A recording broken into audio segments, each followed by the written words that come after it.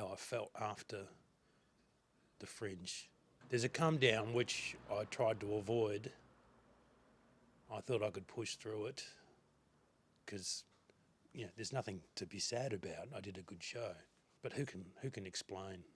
Well, I can. That's what I'm here doing right now. After every performance, we would wrap up, pack up, and then go downstairs and talk to audience members, people who came to the show. We'd have a beer with them, have a smoke with them. The only issue with that was I didn't want to talk to anyone for at least 45 minutes after the show. I needed to not talk to anyone.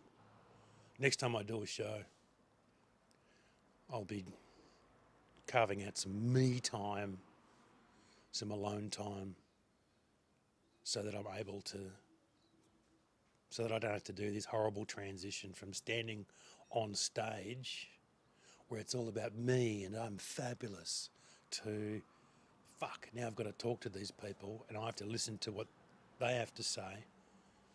And not only that, not only do I have to listen to their side of the conversation, I also have to have a side of my side of the I have to have something I can say.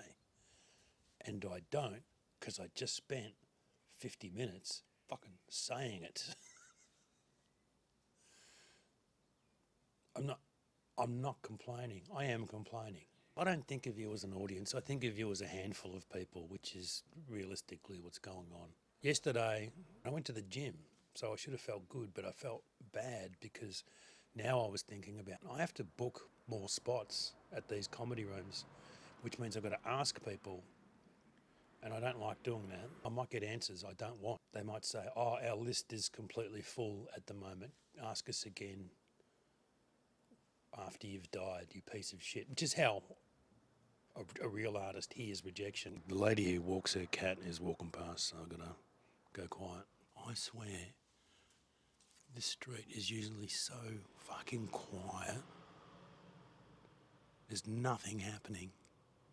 And yet when I get the idea that I'm gonna come out here and I'm gonna record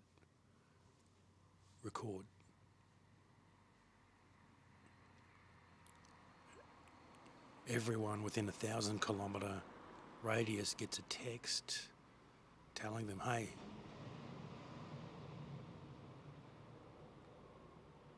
Sean Bedlam's trying to live his life. We can't have that. What the fuck, man?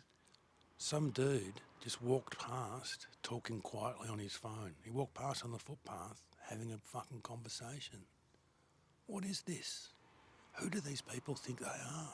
The other day I was using this microphone which comes with the transmitter, receiver, a thing, and that plugs into my camera. So, great. Wireless recording, unreal. And I took this setup to the anti-racist event in Melbourne a couple of Sundays ago, and I recorded about half an hour of short clips. Most of them didn't have any sound when I got home. There was no audio because there's a button on here and you press it, and what was happening was I was pressing it for too long to turn it on every time, because I would turn it on and I would turn it off. I would turn it off when I finished recording because I didn't want to waste the battery, right? When I turned it on, I'd leave my finger on there long enough to turn it on and then turn it back off again. And I was doing that for hours, and I didn't work that out until I got home, and I was so sad. Fucking around with technology. What's the point of that story? There isn't a point. Does there have to be a point? Why does everything have to have a point? I don't believe it does. It does, though. It helps. Look, it doesn't have to have a point, but a story should have a beginning, a middle, and an end. You know what I mean? That's all. Let's not go crazy. Beginning, middle bit, end bit.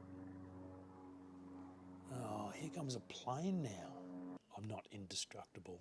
I think that's been the message of the last 2 years.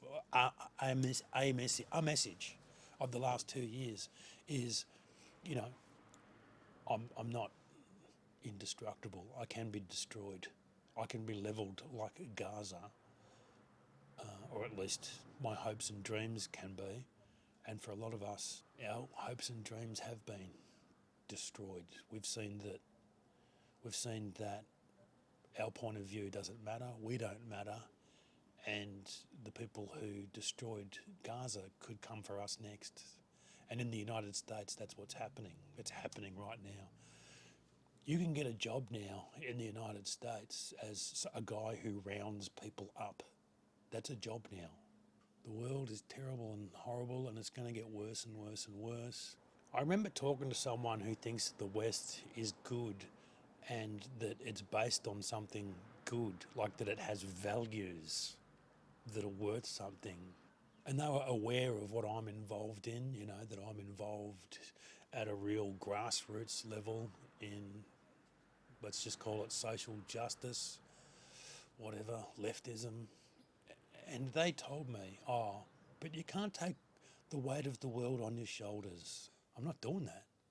I'm just making my life interesting. Like, yeah, can see that I can't change the world. I'm aware of that. I'm not a fucking child, but I'm going to be involved in the vast network of people who together can change the world. Does that sound weird to you? That if enough people try, something good might happen? That I believe I can fly. I believe. Oh, get fucked. Look after yourselves, guys.